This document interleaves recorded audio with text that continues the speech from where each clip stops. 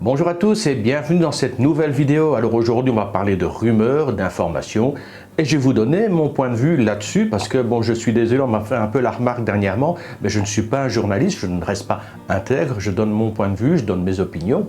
Donc voilà, ce n'est pas un vrai travail de journalisme, je suis un vlogueur et non pas un journaliste. Donc on attaque directement avec la première information. Alors on débute avec une mauvaise interprétation d'une nouvelle qui a été publiée par l'Immigration. L'Immigration a parlé d'une extension de 30 jours à partir du 26 septembre. Vous savez qu'il y a une amnistie actuellement. Ils ont démarré une amnistie vers fin du mois de mars. Il y avait à l'époque à peu près 500 000 personnes de bloquées en Thaïlande ne pouvant pas rejoindre leur pays. Donc à ce jour, on doit être un peu moins de 100 000 personnes toujours bloquées en Thaïlande.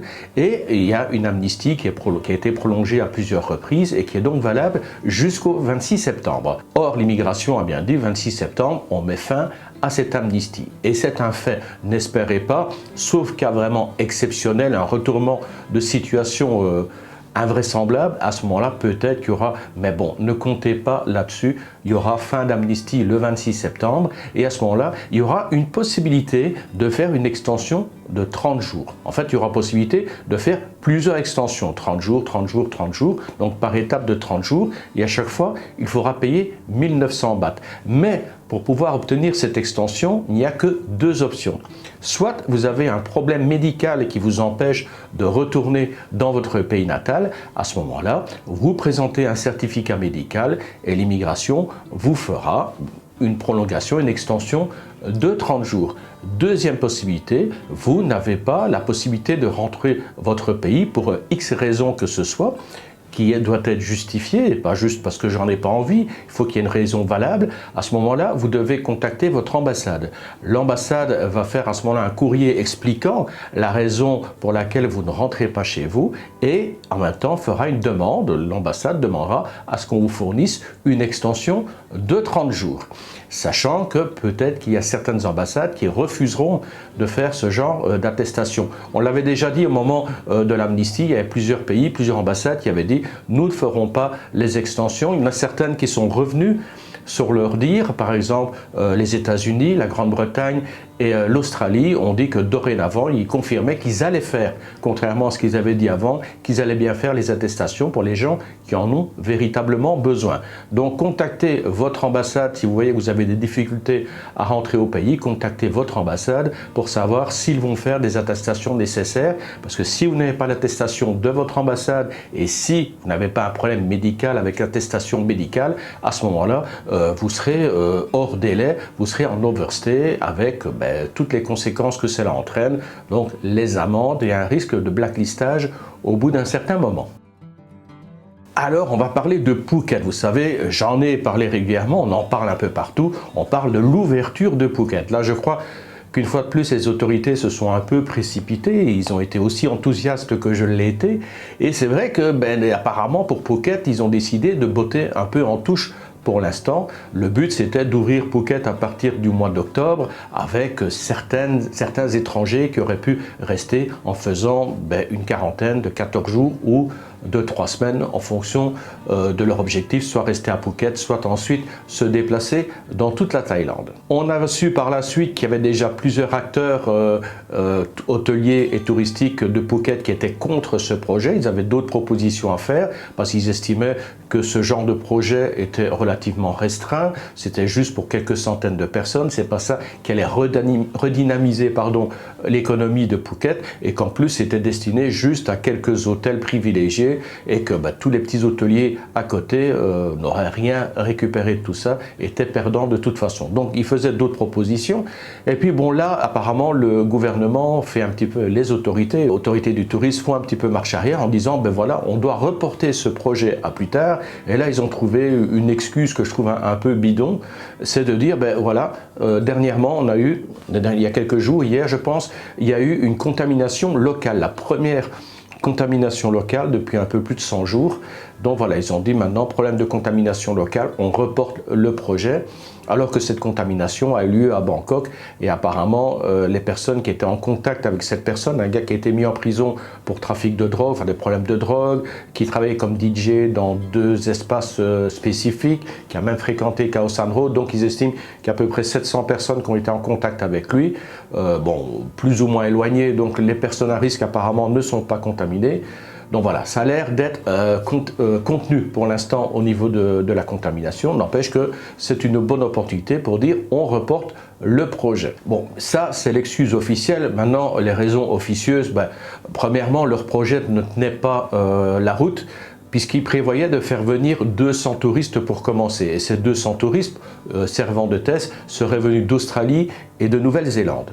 Or, il se trouve que l'Australie interdit à ses ressortissants de quitter le pays, et pour la Nouvelle-Zélande, c'est quasiment la même chose. Ils acceptent éventuellement que des gens puissent quitter la Nouvelle-Zélande, mais uniquement pour des raisons impérieuses et qu'il faut justifier. Donc voilà, accueillir des gens qui n'ont pas le droit de quitter leur pays, c'est un peu un flop quant à un projet touristique. Autre raison aussi, c'est sans doute, la Thaïlande travaille, les autorités travaillent pas mal sur un nouveau visa. On en parle de plus en plus. C'est pas tout nouveau, on en a déjà parlé il y a plusieurs années, c'est remis sur le tapis régulièrement, c'est abandonné. Et pourtant, je trouve que c'est une belle opportunité. Ce serait de créer un visa longue durée, moyenne durée, on va dire pas longue durée, mais il s'agit d'un visa qui serait de 90 jours. Et ce visa serait renouvelable 2 fois.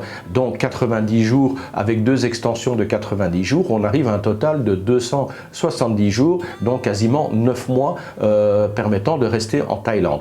Donc c'est intéressant pour tous les retraités, j'en avais déjà parlé dans une autre vidéo, tous ces retraités qui partent, qui veulent quitter le continent canadien, par exemple américain du Nord, ils quittent le Canada, ils quittent l'Europe, les pays de l'Est, où il fait trop froid, et ils profitent donc de cette période hivernale pour venir se reposer et profiter un petit peu de la chaleur tropicale. Donc, ils voudraient mettre en place ce concept de visa qui va jusqu'à 9 mois pour tous ces retraités, tous ces riches pensionnés qui peuvent effectivement quitter le pays et ensuite rester pendant 9 mois en Thaïlande. Alors ce visa répondrait également à une colère assez croissante près des acteurs du tourisme, parce que c'est vrai que depuis des années, la Thaïlande se bat pour faire venir des touristes. On était vraiment sur un concept de tourisme quantitatif. On approchait quasiment les 40 millions de touristes la dernière fois. Et là, les acteurs du tourisme, les gens qui vivent du tourisme, tirent la sonnette d'alarme depuis pas mal de temps en disant « oui, mais il y en a un peu marre, là, il faudrait peut-être arrêter sur le quantitatif et plutôt aller vers le qualitatif ». Donc, ce concept de nouveau visa permettrait de faire venir des gens qui resteraient plusieurs mois, qui s'installeraient, qui seraient sans doute plus respectueux et plus dépensiers que ces hordes de touristes qui débarquent. Et quand je parle de hordes de touristes, on prend par exemple l'exemple des Chinois. Donc là, les acteurs du tourisme vont taper du poing par rapport aux touristes chinois. Effectivement, il y a de plus en plus de touristes chinois qui viennent, mais qu'est-ce qu'ils détruisent, qu'est-ce qu'ils abîment, qu'est-ce qui manque de respect.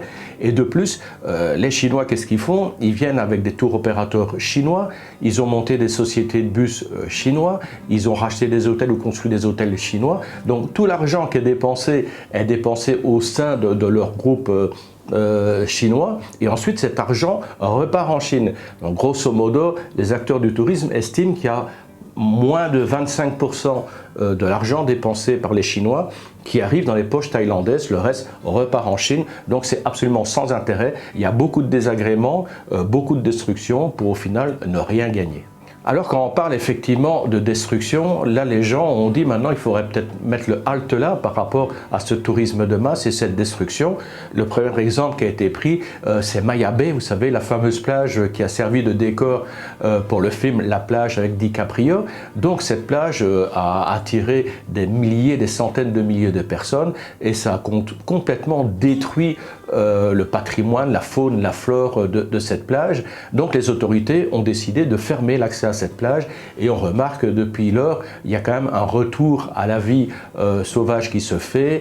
Il commence à y avoir des requins qui reviennent, mais bon, les coraux sont détruits, il y a pas mal de choses qui sont complètement démontées, détruites. Et là, les autorités estiment, enfin les experts biologiques estiment que rien que pour les coraux, il faudra au minimum 40 ans pour que ça redémarre petit à petit. Donc peut-être que Mayabé, espérons que Mayabé ne va pas réouvrir de sitôt, même pas du tout. Il faut préserver avant tout la faune et la flore. C'est quand même un patrimoine thaïlandais nécessaire. C'est un outil de travail pour le tourisme en Thaïlande à court et à moyen terme, donc il faut absolument le préserver. D'ailleurs, dans ce cadre de préservation, les autorités pensent fermer les parcs nationaux tous les ans de 2 à 4 mois. Donc ça permettrait à la faune et à la flore de se régénérer, ça permettrait aux gardes forestiers de remettre en état les traces, les aires d'accueil, les parkings et autres, pour accueillir les gens dans de bonnes conditions. Et puis bon, ça permettrait de souffler, surtout au niveau biologique, ça permettrait de souffler et de permettre aux espèces de croître et de revenir, comme on a vu le cas à Koh Samui. C'est assez intéressant parce que les plages d'habitude sont envahies par les touristes, et là on a constaté qu'il y avait des tortues. Comme il n'y a plus de touristes sur Samui, les plages sont désertes, et là il y a des tortues qui sont revenues pondre. Donc on voit quand même les bienfaits du fait de préserver certains endroits à certaines périodes. Donc rassurez-vous, même si on ferme les parcs nationaux, il y en a plus de 100 en Thaïlande, ils ne ferment pas tous à la même saison. Il y a même certains parcs qui sont fermés à la saison des pluies, donc tous ne sont pas fermés. Il y aurait moyen de faire un petit guide, un petit fascicule qui vous ferait découvrir les zones à découvrir en fonction de la période à laquelle vous vous trouvez en Thaïlande, selon la période et la situation, la localisation où vous vous trouvez au moment de vos vacances.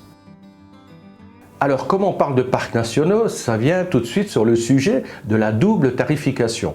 Donc, vous savez qu'il y a un blogueur britannique qui a mis en avant le fait que c'était quand même relativement dégueulasse que des expatriés qui vivaient sur place étaient obligés de payer le double tarif, voire certains tarifs qui étaient 10 fois plus chers que pour les Thaïlandais. Donc voilà, coup de gueule par rapport aux expatriés qui disent mais on bosse sur place, on dépense de l'argent, on paye des impôts, des taxes pour ceux qui travaillent, on aurait quand même droit de payer le même tarif que les Thaïlandais. Donc les autorités réfléchissent, on en parle, ils voudraient faire une petite carte spéciale, un genre de petite carte permis plastifiée pour les expatriés installés en Thaïlande. Je rappelle qu'il y a quand même près de 2 millions d'expatriés installés en Thaïlande. Je trouve ça un peu ridicule parce qu'en fait, il y a déjà possibilité de prendre une carte d'identité rose pour les étrangers. Vous pouvez faire une demande de carte d'identité et à ce moment-là, cette carte d'identité vous donne normalement droit au tarif thaïlandais lorsque vous allez dans ces sites réservés, payants, avec la double tarification.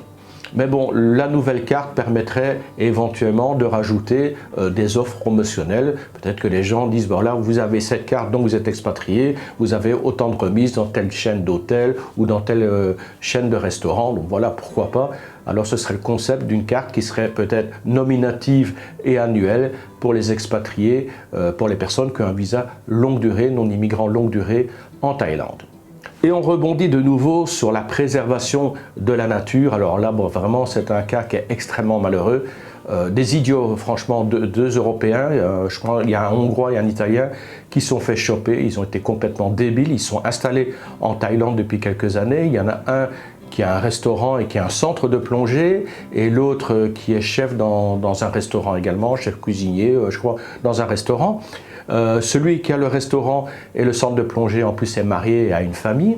Et voilà, les deux gars, ils n'ont rien trouvé de mieux que d'aller faire de la plongée dans une zone interdite, une zone réservée, une parc naturel. Donc c'est une zone interdite déjà, première connerie. Deuxième connerie, bon, ils ont fait une plongée de nuit, et pour stimuler un petit peu les animaux, pour dire que ce soit un peu plus vivant, ben, ils les ont dérangés avec des coups de bâton, ils les ont pris en main, et le comble, le summum, le nec plus ultra, les gars en plus ont publié sur les réseaux sociaux leur exploit. Donc grosse colère des habitants de la région qui ont poussé un coup de gueule. Du coup, les gars de l'immigration, 2 jours après, ils ont pu identifier les 2 personnes et les arrêter. Et là, c'est vraiment malheureux, c'est extrêmement malheureux. Là, ils tombent dans le coup d'un exemple. Vous savez que la Thaïlande aime bien faire des exemples de temps en temps. Quand ils ont dit maintenant, on fait attention à la faune, à la flore, de temps en temps, il faut un coup médiatique. C'est pas de chance pour ceux qui tombent dans les griffes du coup médiatique. Mais ça veut dire que ces 2 étrangers ont été arrêtés, et on leur a signifié l'annulation de leur visa et une expulsion immédiate du pays. Donc vous imaginez, ces gens sont là depuis des années, ils travaillent, ils ont une activité, ils ont une famille, et là ils vont tout perdre du jour au lendemain, juste parce qu'ils ont fait une petite plongée, parce qu'ils ont touché des animaux, qu'on ne peut pas le faire. Puis c'est débile, le gars il est moniteur dans un centre de plongée. La première des choses qu'on fait quand on apprend, quand on fait de la plongée, c'est respecter le milieu dans lequel on évolue. On ne touche à rien, on regarde, on observe, on apprécie avec les yeux, mais on ne touche à rien. Et là on le voit sur la vidéo, de prendre des mollusques, de toucher les anémones. Bon, c'est tout à fait ridicule, c'est stupide, et c'est surtout malheureux pour les activités, pour la famille, pour les gens qui restent. Et c'est malheureux, je trouve qu'il y aurait eu à la rigueur une forte amende avec des travaux d'intérêt public, pourquoi pas. Mais là, je crois que malheureusement, il fallait faire un exemple. Et c'est extrêmement malheureux. Personnellement, je suis contre cette décision, je la trouve un peu excessive. Mais bon, ce sont les autorités, c'est eux qui décident. Et une pensée, je suis franchement désolé pour ces 2 Européens qui vont tout perdre du jour au lendemain pour une bêtise, pour vraiment, véritablement une bêtise. Voilà, je crois que j'ai fait un peu le tour de ces petites informations. J'ai donné mon point de vue, une fois de plus. Il y aura bientôt d'autres vidéos, donc n'hésitez pas à suivre et à vous abonner. D'ici là, je vous dis salutations tropicales des bords du Mekong. Bye bye!